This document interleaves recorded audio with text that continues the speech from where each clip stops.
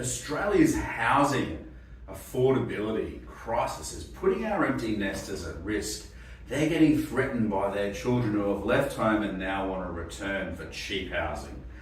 And funnily enough, when we talk to our clients about their most tricky negotiations, it's not what you'd expect. It's not their negotiations with difficult customers or monopoly vendors. It's not even with their boss.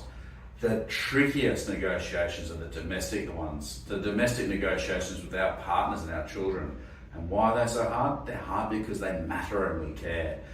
Well, the good news is what we teach in a commercial context applies equally well. That discipline applies equally well in a domestic context. And there's a couple of things I'd like those empty nesters to keep in mind. And the first one is, if you're going to be sitting across the table as parents negotiating with your child, make sure you play as a team. Children are really skilled at picking up and pitting mum off dad or dad off mum. Second thing is to simply tell them under what circumstances you'd be happy they come home.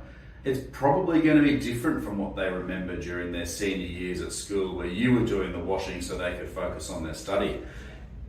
The circumstances under which they come back might involve things like financial contribution to the household budget or chores. And the final thing is to think about your sources of power. If you want your kids to agree to these new terms, you're going to need to bring some power to the table to encourage them to do so. And that might be simply just the access to cheap and affordable housing. It might be Wi-Fi. It might be even use of vehicles or laundry and so on. But the way in which we approach these domestic negotiations needn't be that different from the commercial negotiations, and that's what will make them so much easier.